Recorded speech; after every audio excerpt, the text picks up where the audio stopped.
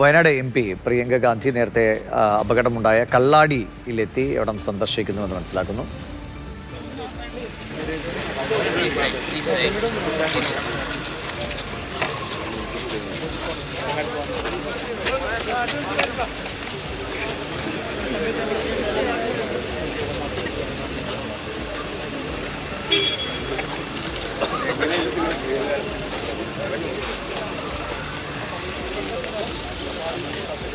കമൽ വിവരങ്ങളുമായിട്ടുണ്ട്. കമൽ, എപ്പോഴാണ് MP എത്തിയത്?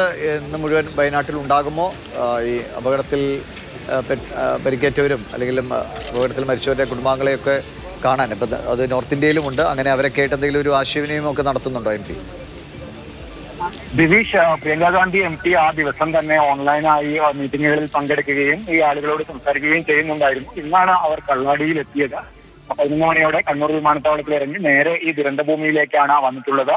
മന്ത്രിമാരായ അനിൽകുമാർ, T സിദ്ദിഖ് തുടങ്ങിയവരോടൊപ്പമാണ് ഈ സ്ഥലം സന്ദർശിച്ചുകൊണ്ടിരിക്കുന്നത്. അതുപോലെ പ്രധാനപ്പെട്ട വകുപ്പുകളിലെ ഉദ്യോഗസ്ഥരും ദിലീപ് ബിൽകോൺ കമ്പനിയുടെ പ്രതിനിധികളും ഒക്കെ സ്ഥലത്തുണ്ട്.